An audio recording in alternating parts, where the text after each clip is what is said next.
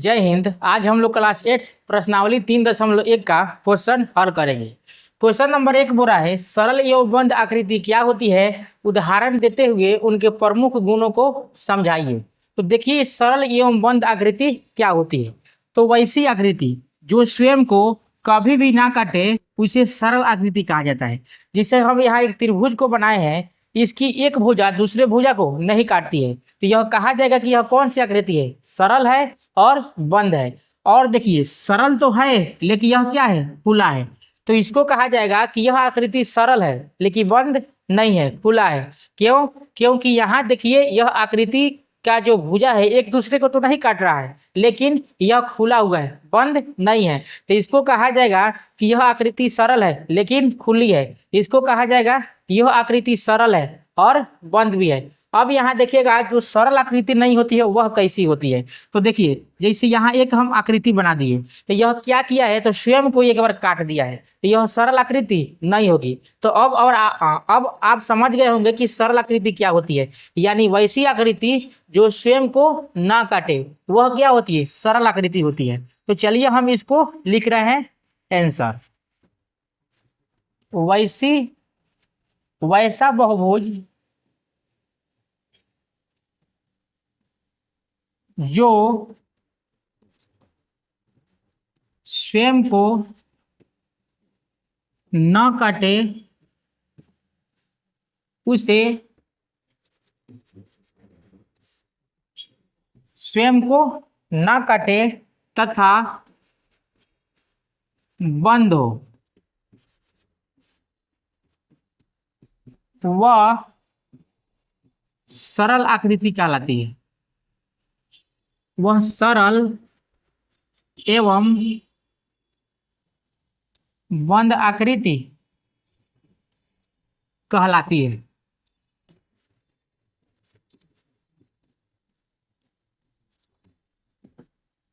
पहला बोला है सरल एवं बंद आकृति क्या होती है, उसकी परिभाषा, तो परिभाषा लिख दिया गया है वैसा बहुभुज जो स्वयं को ना काटे तथा बंद हो वह सरल एवं बंद आकृति कहलाती है। उदाहरण भी देना है, जैसे हम यहाँ एक त्रिभुज का उदाहरण दे रहे हैं, लिख देंगे जैसे त्रिभुज, चतुर्भुज, पंचभुज डॉट डॉट डॉट इत्यादि बहुत सारे होंगे जो सरल एवं बंद आकृति होगा। उसके बाद जो लिखा गया था उदाहरण भी दे दिए और परिभाषा भी दे दिए, प्रमुख गुणों को लिखिए। अब हम लिखेंगे सरल एवं बंद आकृति के गुण, तो लिख देंगे गुण में सरल एवं बंद आकृति के गुण। तो पहला तो गुण हो जाएगा कि यह स्वयं को कभी नहीं काटेगा, यह स्वयं को कभी नहीं काटेगा। दूसरा गुण क्या हो जाएगा, इसमें यानी जो सरल और बंद आकृति होगा कम से कम यानी न्यूनतम तीन भुजा होगा ही होगा, तबे सरल और बंद होगा। जैसे हम त्रिभुज खींचते हैं तो कितना भुजा है, तीन भुजा है, तो कम से कम तो तीन भुजा होना चाहिए तभी तो यह बंद होगा। दो भुजा से कभी भी बंद हो पाएगा, नहीं हो पाएगा। तो सरल तो हो जाएगा लेकिन बंद नहीं होगा। तो सरल और बंद आकृति का गुण होगा कि स्वयं को नहीं काटेगा तथा यह कम से कम तीन भुजा वाला होगा। अब हम लोग देखते हैं क्वेश्चन नंबर 2। क्वेश्चन नंबर 2 बोला है निम्न आकृतियों में से पहचान करें कि कौन सी सरल है, कौन सी बंद है, वह सरल है, कौन सी खुली है, कौन सी उत्तल एवं कौन सी अवतल है। उत्तल आकृति क्या होता है, जो उठा हुआ रहता है। जैसे इस आकृति पे देख रहे हैं यह क्या है, उठा हुआ है, तो इस आकृति को कहा जाएगा कि यह आकृति कैसी है, उत्तल आकृति है। अब बंद है तो बंद आकृति भी है और सरल है। क्यों? क्योंकि यह एक दूसरे को कभी भी नहीं काटी है। जो पहला फिगर हो जाएगा, यानी जो पहला फिगर होगा वह सरल बंद तथा उत्तल आकृति है। दूसरा आकृति देखिए, यह सरल तो है लेकिन पुली है। तो लिखेंगे दूसरा, यह सरल तो है लेकिन पुली है। तीसरा आकृति जो होगा, यह सरल आकृति नहीं होगा। क्यों? क्योंकि यहाँ यह स्वयं को क्या कर दिया है, काट दिया है। जो स्वयं को काट देता है वह सरल आकृति नहीं होती है। चौथा देखेंगे, तीसरा में लिख देंगे कि यह सरल आकृति नहीं है।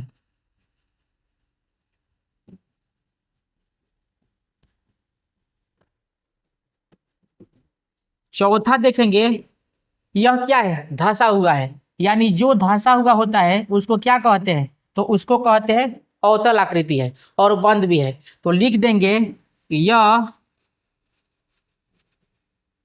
यह सरल, बंद तथा अवतल आकृति है। अवतल आकृति है। अब हम लोग देखते हैं क्वेश्चन नंबर 3। क्वेश्चन नंबर 3 जो बोला है, नीचे दिए गए बहुभुज का नाम लिखिए तथा उसके संभावित विकर्णों की संभावित विकर्ण खींचिए। विकर्णों की संख्या कितनी है, यानी यह कौन सी आकृति है, त्रिभुज है कि चतुर्भुज है कि पंचभुज है कि कौन सी आकृति है, इसका नाम लिखना है। और इसमें कितने विकर्ण खींच सकते हैं उसका नाम लिखना है। तो विकर्ण कैसे खींचा जाता है, तो जो एक शीर्ष, मान लीजिए यहाँ एक शीर्ष यह हो जाएगा और एक शीर्ष यह हो गया, इसको मिला देने से जो रेखाखंड बनता है उसे क्या कहा जाता है, विकर्ण कहा जाता है। लेकिन यहाँ ध्यान दिया जाता है कि दो आसन शीर्ष को मिलाकर के विकर्ण नहीं खींचा जा सकता है। कैसे? अब आसन शीर्ष क्या होता है, जैसे मान लीजिए ये ए है और यह बी है, यानी एक शीर्ष ए हुआ और दूसरा शीर्ष बी हुआ। अगर इसको मिलाएंगे तो यह विकर्ण नहीं बन पाएगा। क्यों? यह भुजा बन पाएगा। तो विकर्ण खींचने के लिए दो यानी आसन शीर्षों को छोड़ करके किसी भी शीर्ष को मिला देंगे तो वह विकर्ण प्राप्त हो जाएगा। अब इसमें यह पहला जवाब देना है कि यह बहुभुज का नाम क्या है। तो एक भुजा, 2, 3, 4, 5, 6, यानी इसमें भुजा कितना है, 6। तो 6 भुजा वाली आकृति को क्या कहा जाता है, तो उसको कहा जाता है षटभुज। षटभुज। तो लिखेंगे कि यह आकृति षटभुज है। आकृति षटभुज है। फिर बोला है कि इसमें कितने विकर्ण खींचा जा सकता है। तो चूंकि षटभुज है, इसमें कितने भुजा है, 6 भुजा है। तो इसमें हम देख रहे हैं कि कितने भुजा को हम लोग खींच सकते हैं।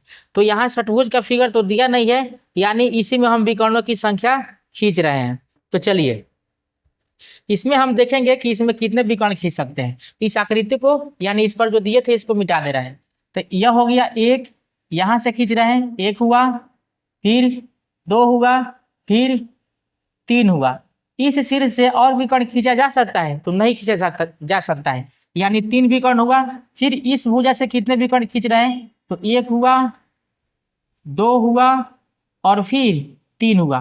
3 इस शीर्ष से और 3 इस शीर्ष से, यानी कितने विकर्ण हो गया, 6 विकर्ण हो गया। फिर खींच रहे हैं हम इससे, अब इससे, तो 6 और 1 कितना हो गया, 7, और यहाँ से एक खींच देंगे तो कितना हो जाएगा, 8। और खींचा जा सकता है विकर्ण। तो देखिए इसमें एक और विकर्ण खींचा जा सकता है इस शीर्ष से। तो देखिए यहाँ से क्या हो जाएगा, यहाँ, यानी टोटल विकर्णों की संख्या कितनी हुई, तो 9 हुआ। तो पूछा है विकर्णों की संख्या कितनी है, तो लिख देंगे इस आकृति में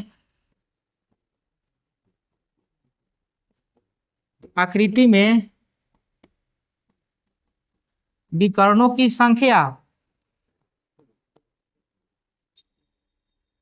9 है। 1, 2, 3, 4, 5, 6, 7, 8 और 1, 9, यानी कुल विकर्ण कितने हैं, 9। अब हम लोग देखेंगे क्वेश्चन नंबर 4। तो क्वेश्चन नंबर 4 बोल रहा है, नीचे के चित्र में कुछ कारें खड़ी है, बीच में चौकोर आकार का मैदान है। बताइए कि कितनी कार बहुभुज मैदान के अभ्यंतर भाग में है और कितनी कार बहिर्भाग में है। तो जो अंदर होता है उसको कहा जाता है अभ्यंतर, और जो बाहर होता है उसको कहा जाता है बहिर्भाग। यानी अंदर कितनी कारें खड़ी है और बाहर कितनी कारें खड़ी है। तो इसका क्या कर रहे हैं, हम आंसर लिख देंगे। तो लिखेंगे इस चित्र के अभ्यंतर में कितनी कारें हैं? 1 2 3 4 और 1 5। 5 कारें तथा बहिर्भाग में यानी बहिर्भाग में 3 कारें हैं। 3 कारें खड़ी है। यही हो जाएगा क्वेश्चन नंबर 4 का आंसर। अब हम लोग देखते हैं क्वेश्चन नंबर 5। क्वेश्चन नंबर 5 बोला है नीचे के 2 कॉलम में से एक में बहुभुज का नाम तथा दूसरे में उसके अंतः कोणों की भुजाओं की माप का योग दिया गया है। बहुभुज के नाम को उनके अंतः कोणों के मापों के योग से मिलान कीजिए। तो यहाँ बोला गया अंतः कोणों का माप, यानी इस त्रिभुज का कितना कोण होता है। तो त्रिभुज का तो 180 है, तो 180 से क्या कर देंगे? मिलान कर देंगे। अब मान लीजिए आकृति 1 हो गया, 2 हो गया, 3 हो गया, 4 हो गया, 5। इसको मान लेते हैं नीचे वाले को ए, इसको बी, सी, डी और ई। तो त्रिभुज के अंतः कोण यानी किसी भी बहुभुज के अंतः कोणों को निकालने का एक फॉर्मूला होता है। उस फॉर्मूला को हम यहाँ क्या कर रहे हैं? लिखेंगे बहुभुज के अंतः कोण बराबर होता है 2 × n-2 गुने 90 डिग्री। यह होता है सूत्र जहाँ n बराबर होता है भुजाओं की संख्या, यानी बहुभुज में कितनी भुजाओं की संख्या। तो पहला में दिया गया है त्रिभुज में कितना कोण होता है। तो ऐसे तो हम जानते हैं कि 180 डिग्री है, लेकिन निकाल करके भी देख लेते हैं। तो लिखेंगे त्रिभुज के अंतः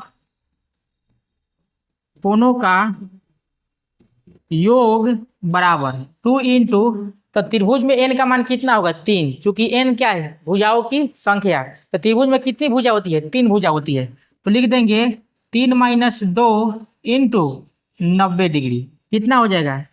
2 गुने 3 में से 2 जाएगा 1 गुने 90 डिग्री, यानी कितना हो गया? तो 180 डिग्री। तो 180 डिग्री से क्या करेंगे? मिलान कर देंगे। दूसरा में जो है यह है पंचभुज। यह हो गया 1 नंबर, यह हो गया 2 नंबर। दूसरा में क्या दिया गया है? पंचभुज। तो लिख देंगे पंचभुज के अंतः कोण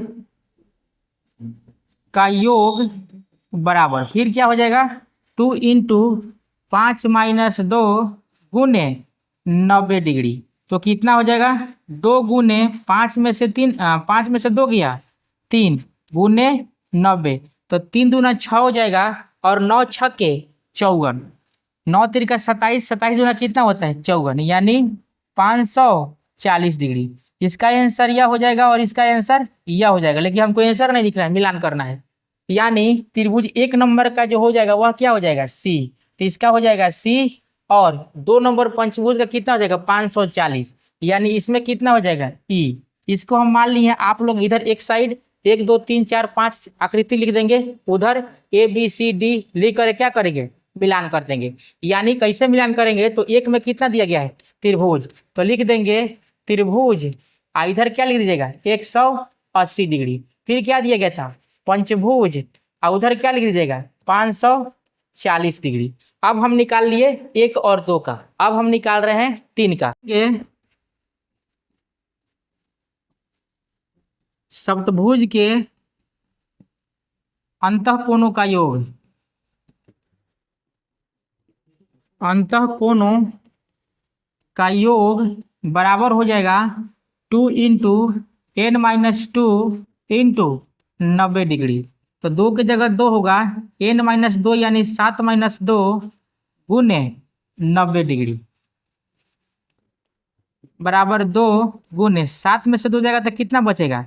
5 गुने 90 डिग्री। 5 गुना 10 हो जाएगा, और 90 में 10 से गुना करेंगे तो कितना हो जाएगा? 900 डिग्री हो जाएगा। अब 900 डिग्री कहाँ है? यहाँ है, यानी 3 का क्या हो जाएगा? ए हो जाएगा। अब हम लोग देखते हैं 4 नंबर। 4 नंबर में क्या दिया गया है? नवभुज। तो लिखेंगे नवभुज के अंतः कोणों का योग। फॉर्मूला तो ऊपर लिख दिए हैं, क्या होता है n-2 इंटू n-2, यानी n इसमें कितना हो जाएगा तो 9 हो जाएगा। चूंकि नवभुज में भुजाओं की संख्या कितनी होती है 9 होती है, तो लिख देंगे 9 - 2 गुने 90 डिग्री। कितना हो जाएगा, 9 में से 2 जाएगा 7, यानी 2 गुने 7 गुने 90, यह हो जाएगा 7 दूनी के 14, और 14 में 9 से गुना करेंगे तो कितना हो जाएगा, 14 में 9 से गुना करते हैं तो हो जाता है 126, यानी कितना हो जाएगा 1260 डिग्री।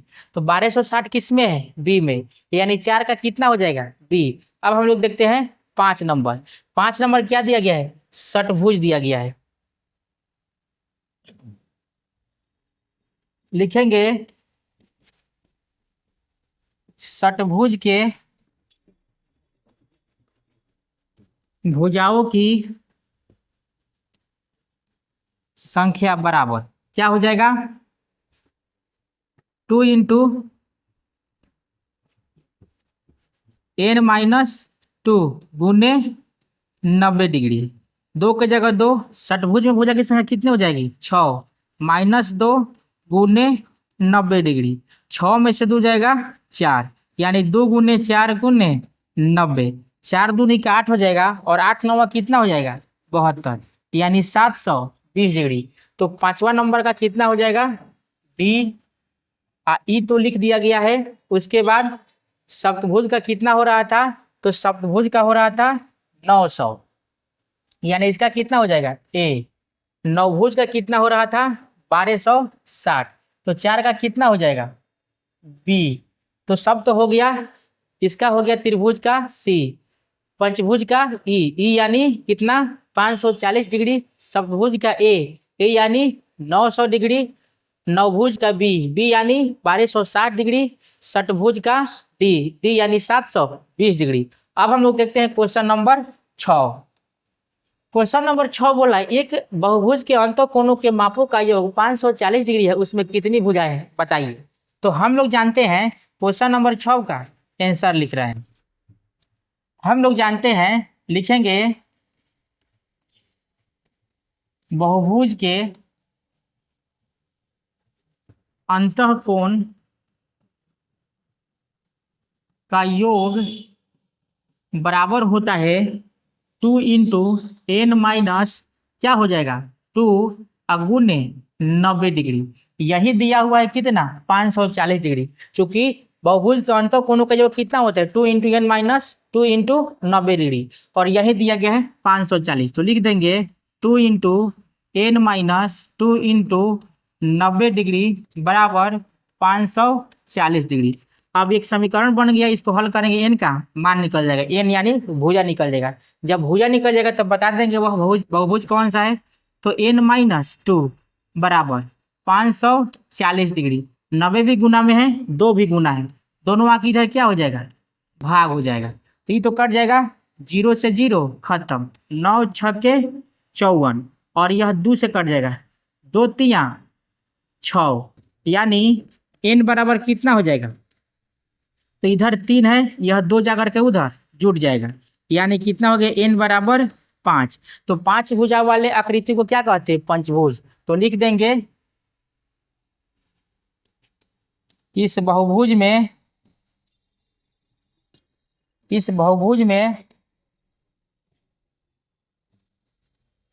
5 भुजा होगी। कितनी भुजा होगी 5 भुजा। अब हम लोग देखते हैं क्वेश्चन नंबर 7। क्वेश्चन नंबर 7 बोला है एक समबाहुभुज की 8 भुजाएं हैं, उसके प्रत्येक बाह्य कोण की माप ज्ञात कीजिए, प्रत्येक अंतःकोण कितने माप का होगा। तो चूंकि यहाँ दिया गया है भुजा बराबर कितना 8, तो 7 नंबर का आंसर लिख रहे हैं, यानी 7 नंबर को क्या कर रहे हैं हल कर रहे हैं। तो लिखेंगे n बराबर 8, चूंकि दिया गया है समबाहुभुज है। समबाहुभुज का मतलब होता है प्रत्येक भुजा क्या होगा आपस में बराबर होगा, और साथ में सभी कोण भी आपस में क्या होंगे बराबर होंगे। तो यहाँ निकालना है हमको क्या चीज, प्रत्येक बाह्य कोणों की माप और साथ में प्रत्येक अंतःकोण कितने माप का होगा। तो देखिए n बराबर 8 हो गया तो लिखेंगे बहुभुज के अंतः कोणों का योग बराबर अंतः कोणों का योग बराबर क्या होता है 2 इंटू 10-2 गुणे 90 डिग्री। यह फॉर्मूला तो हम लोग पिछले क्वेश्चन में भी देख चुके हैं। तो 2 की जगह 2 रहेगा, n की जगह कितना हो जाएगा, तो n की जगह हो जाएगा 8। 8 में से 2 घटा देंगे और 90 से गुना कर देंगे, यानी 8 में से 2 गया तो बचा 6 और गुणे 90। 6 दूनी 12 और 12 में 9 से गुना करेंगे तो कितना हो जाएगा 108। एक जीरो है तो एक जीरो क्या किए बैठा दिए, यानी 1080 डिग्री हो जाएगा। इसके अंतः कोणों का माप हो जाएगा। लेकिन आपसे अंतः कोणों का कुल योग नहीं पूछा है, बोला है प्रत्येक अंतः कोण की माप क्या होगा, यानी एक कोण कितना होगा उसके बारे में पूछा है। तो लिखेंगे प्रत्येक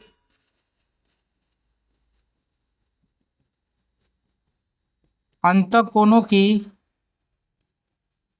माप बराबर टोटल कोण कितना है 1080 डिग्री। चूंकि यह क्या है अष्टभुज है, यानी इसमें कई गो भुजा है 8 गो भुजा है, और समबाहुभुज है तो इसको क्या करेंगे सभी कोण क्या होंगे आपस में बराबर होंगे, यानी इसमें 8 से क्या कर देंगे भाग कर देंगे। तो कितना से कट जाएगा, तो इसको कटा रहे 8 एकम 8, इसमें से कितना बचा 2 बचा तो 28 हो गया। 8 तिरके 24, इसमें से कितना बचा 4 बचा तो हो गया 40। 8 पचे 40, यानी प्रत्येक कोण कितना हो जाएगा तो 135 डिग्री का हो जाएगा अंतः कोण, यानी प्रत्येक अंतः कोणों का माप कितना होगा तो 135 डिग्री। फिर बोला है उसके प्रत्येक बाह्य कोणों की माप याद कीजिए। तो प्रत्येक बाह्य कोण का माप जो होता है, चूंकि कोई भी बहुभुज हो, किसी भी बहुभुज के बाह्य कोण का कुल माप जो होता है वह होता है 360 डिग्री। इसको थोड़ा ऊपर कर दे रहा है, कितना होता है सभी बाह्य कोणों का योग, तो लिखेंगे बाह्य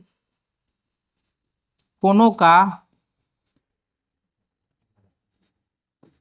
योग बराबर 360 डिग्री।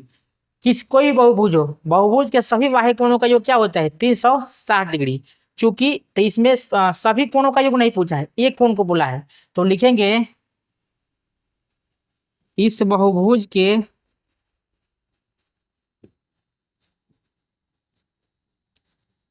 एक बाह्य कोण बराबर, तो 360 8 से क्या कर देंगे भाग कर देंगे, क्यों क्योंकि यह समबाहुभुज है और इसमें भुजा कितना है 8 गो है।